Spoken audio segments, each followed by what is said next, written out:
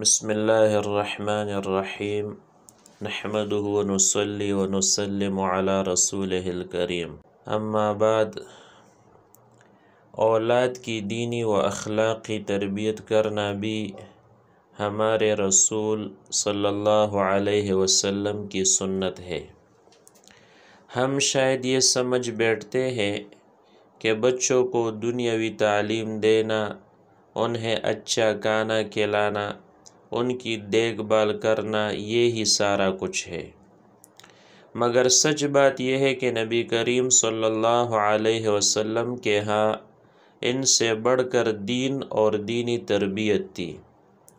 سیدنا علی ابن ابی طالب رضی اللہ عنہ فرماتے ہیں کہ رسول اللہ صلی اللہ علیہ وسلم میرے اور فاطمہ کے پاس رات کو تشریف لائے اور ہمیں نماز کے لیے اٹھایا۔ پھر آپ اپنے گھر تشریف لے گئے اور رات کا کافی وقت نماز پڑھتے رہے۔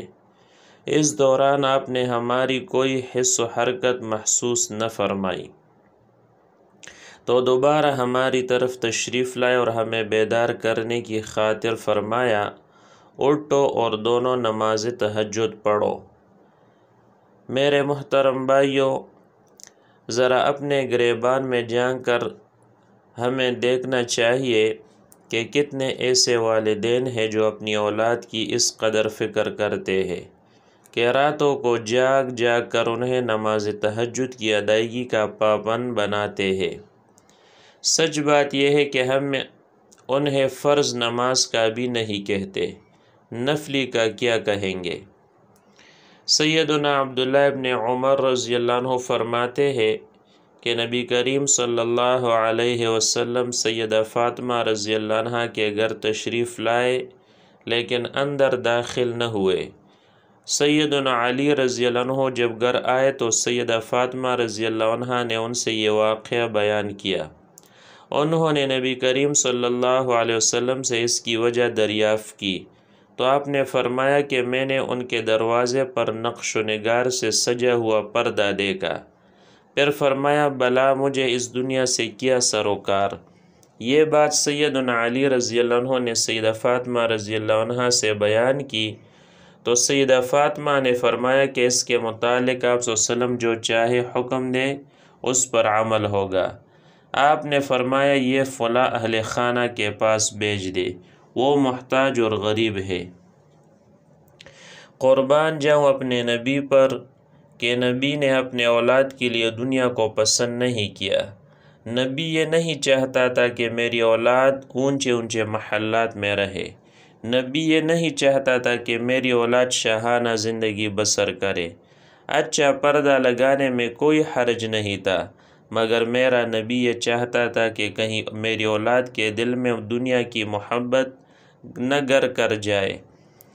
آج ذرا ہم اپنے گریبان میں جا کر دیکھیں، شوہر کی طرف سے ذرا سے بھی معاملات کی دیکھ بھال میں غفلت ہو جائے اور وہ بیوی کے مطالبات پورے نہ کر سکے تو سب سے پہلے والدین کی طرف سے طعنہ دیا جاتا ہے کہ جب سے ہماری بیٹی تمہارے پاس آئی ہے تو نے اسے دیا ہی کیا ہے، تو نے اس کی ضروریات کا خیال ہی کب رکھا ہے؟ میرے بھائی، جس نبی کا کلمہ پڑھا ہے تو وہ اپنی بیٹی کے گھر میں ایک خوبصورت پردہ برداشت نہیں کر سکا، اور تیرے مطالبات کبھی ختم نہیں ہوتے۔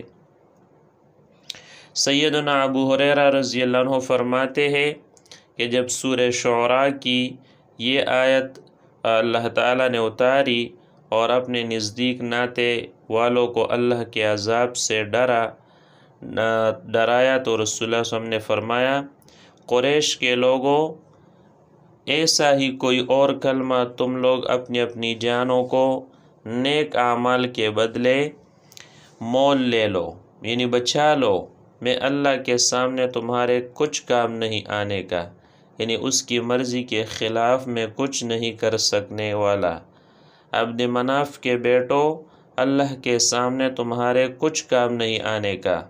عباس عبد المطلب کے بیٹے، میں اللہ کے سامنے تمہارے کچھ کام نہیں آنے کا۔ صفیہ میری پھوپھی، اللہ کے سامنے تمہارے کچھ کام نہیں آنے کا۔ فاطمہ بیٹی، تو چاہے میرا مال مانگ لے لیکن اللہ کے سامنے تیرے کچھ کام نہیں آئے گا۔ والد ہو تو ایسا، بیٹی سے والہانہ محبت کرنے والا آخرت کی فکر دلاتے ہوئے کہتا ہے کہ بیٹی دنیا میں جو چاہتی ہو لے لو، قیامت کے دن کچھ نہیں دے سکوں گا، قیامت کے روز تمہارے کام نہ آ سکوں گا۔